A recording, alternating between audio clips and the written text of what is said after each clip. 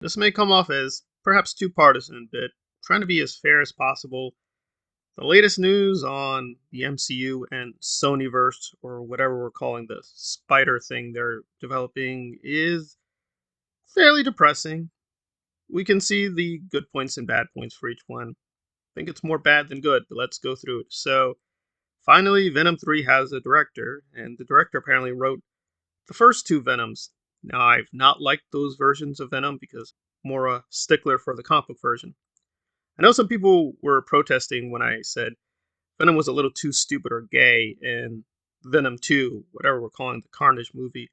Well, that is in the comics, and they kind of kept shifting him. Now, the way I understand Venom, he kind of peaked with the early 90s, and that's my idea of what Venom should be. And to be consistent, I kind of think all the Spider Man books really declined after the mid 1990s because of the Clone Saga and the way they kind of permanently ruined a lot of the mythology. So, is this depressing news? Yeah, I expect the tone will be as clownish and as dumb and frivolous as the other two entries. The CGI will still be bad, the performances will be over the top, the jokes will be lame. I was even shocked with Venom 2, they didn't even have many action scenes. I would, yes, concede that the final fight, it had some good stuff going on there, but really these things are pretty useless and pointless. They just don't seem to be even using Venom. This is really Tom Hardy's idea of Venom.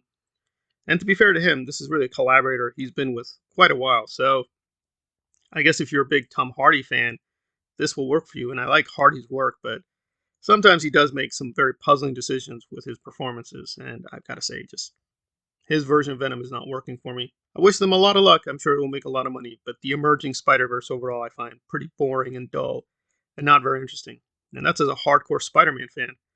So when we turn to Wakanda, and I do like Black Panther in the comics as well, but again, same thing. They aren't really using that version, so they're constructing a new version, and this is even more weird because they've already gotten rid of Chadwick Boseman due to tragic events. We all know he's going to be replaced, but the question is over who.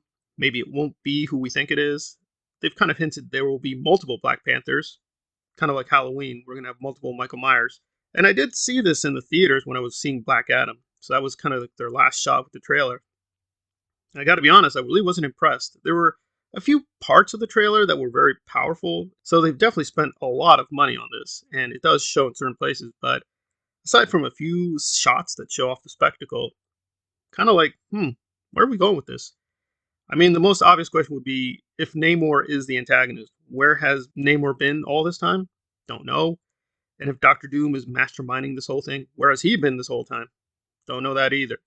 So presumably, I'm guessing Kang will be answering a lot of these questions. And how is that going to fit in either? Because now Kang is black, wasn't black in the comics. I won't deny that Wakanda will probably be a massive success, and for the fan base it worked the first time around, I'm sure they're going to get what they want in terms of a nice mix of tragedy and action scenes, and that's about it. And I do think Ryan is a very talented director, but I don't know. His superhero work has not really worked for me. I can recognize some good stuff. In terms of costumes and production design, it's a lot of impressive stuff, but beyond that, it's nothing really unprecedented, even among, quote, black superhero films. I still think the Blade trilogy is coming off a lot stronger than this stuff. But there is some hope with Black Adam and even Spawn, because Spawn is also moving forward a little bit. They finally named some writers, and to be consistent, they are from the MCU, so that makes me a little nervous. But again, some traction is better than nothing. And we've had updates a long time with Spawn. It seemed to go nowhere, but it does seem like they're investing real time and money into this thing. I am a little worried that Blumhouse and the MCU is linked here, but Blumhouse can put out good stuff. So even though the Halloween trilogy didn't really work for me and disappointed me overall, Blumhouse does have a good track record. And the Spawn adaptations have been a little chaotic.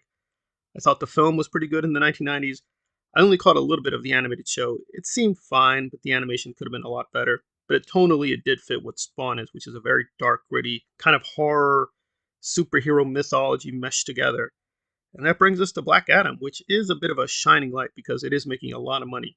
And even though I do agree Black Adam should have been darker and could have been darker, I think for what they were doing in terms of the origin story, I thought it was pretty good, pretty decent foundation. And the slate is kind of mixed with Joker, Blue Beetle, and the Aquaman sequel. I'm sure quality wise they will be good, but you can't deny they are trying to mimic the MCU, and now with James Gunn being brought on to co-lead where DC Films is going. I'm sure we're going to see a few imitation MCU projects, no doubt about that.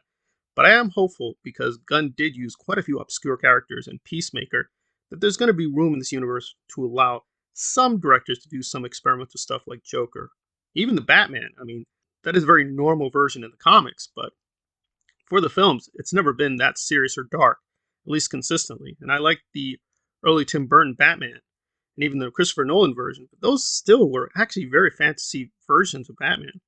I mean, Nolan had a lot of realism, but he also had a lot of fantasy. Whatever else, the Batman was pretty realistic for most of its running time. That was pretty extraordinary. There is some small hope that DC can see that allowing some of the characters to be genuinely dark and serious for a lot of the film can work for the project and can be profitable. So that's a little bit of hope that it's not just going to be clown versions of superheroes or supervillains, which has been what the MCU has really popularized. I think distorted people's ideas of what are in the comics, much less superhero mythologies. They're a lot more complex and a lot more interesting than you might think from the most quote profitable versions of those characters. Kind of a depressing trend with the Sonyverse and MCU.